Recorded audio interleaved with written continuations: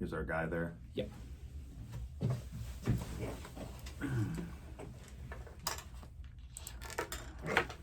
So Roy, what I want to do is have us talk for 30 seconds to bring in Zach.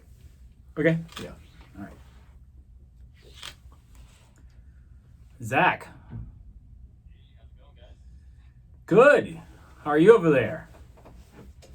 Checking out those commodities? They are hot.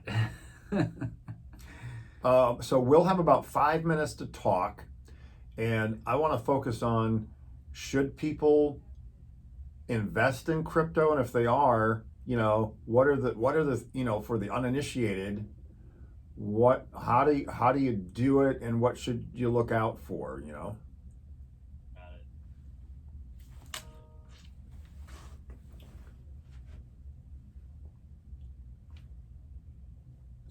So what Roy and I are going to chit chat for about 30 seconds, and then we'll bring you in.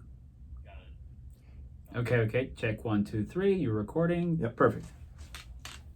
Roy, we've talked about what cryptocurrency is. The question is, should people invest some of their money into cryptocurrency and try to maybe buy and sell things with cryptocurrency? Yeah, and a lot of the recent purchases or decision to take salaries in cryptocurrency is a way to get people to join the bandwagon. Right. We've seen many people that are very prominent do that. So who better than a financial expert to tell us about cryptocurrencies and getting around investing in that?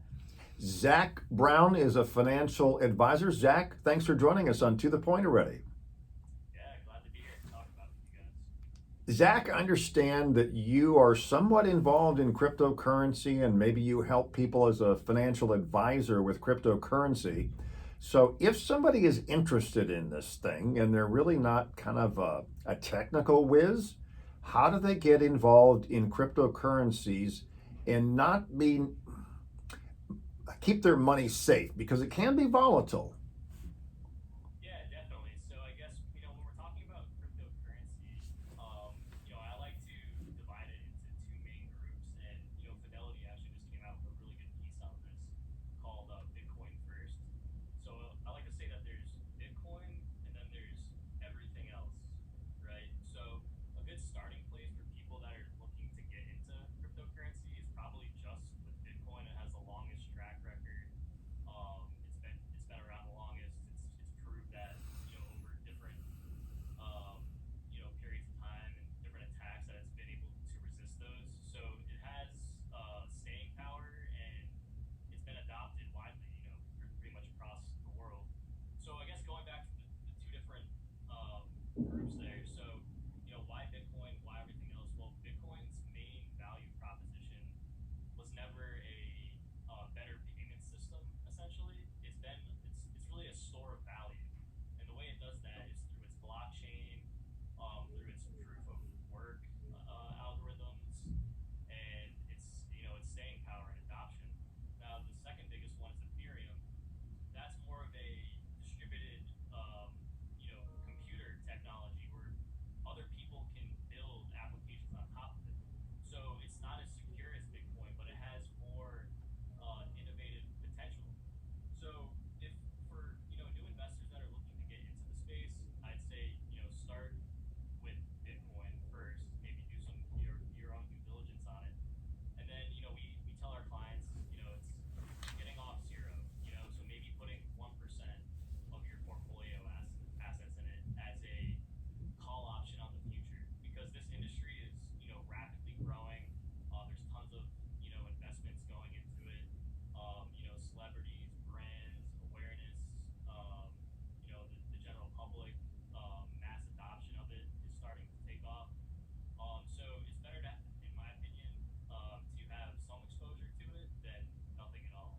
And I would think what you were, leaning towards is that, Bitcoin, the technology, kind of spurred all this other technology that's followed with it, and it's created this movement.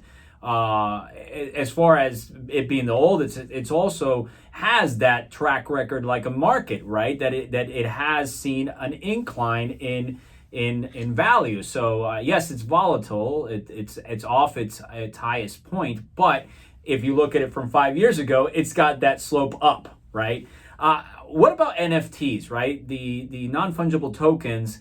It's coming a lot more into application in everyday life and real life products. You could think of it as digital art and digital value.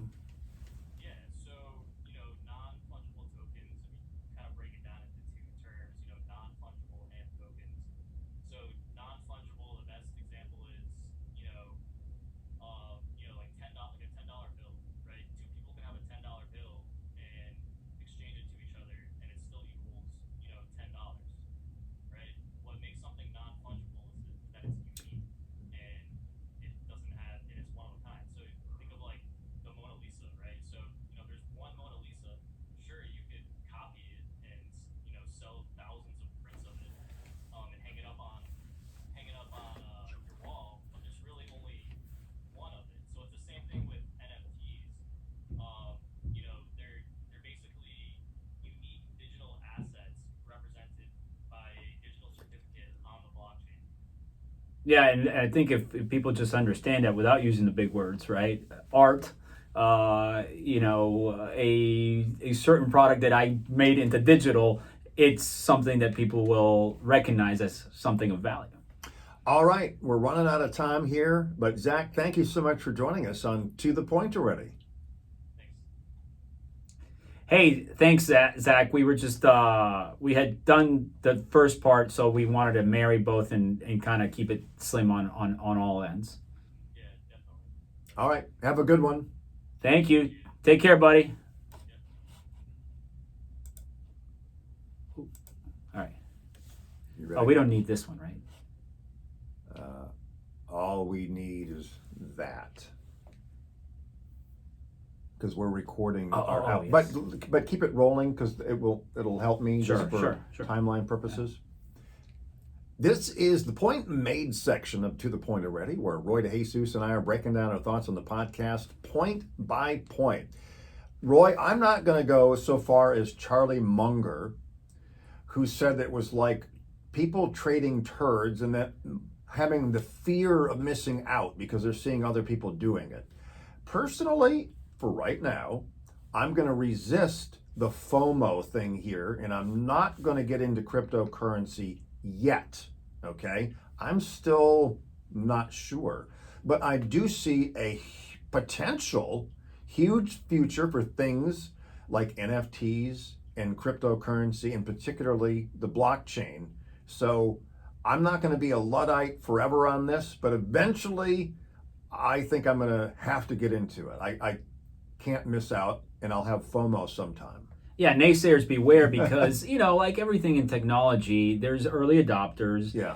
And then there's, as it catches on, more people start liking it. And we're seeing a lot of it more. We're seeing some real life application to a lot of this digital transition, whether it's through an NFT or using cryptocurrency. So I think if people stopped and thought of it as technology, not necessarily as, tender, then, they can understand that you shouldn't miss out on this because, it's technology.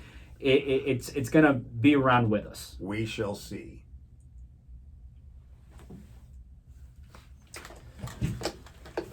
Awesome. All right. Let me save this.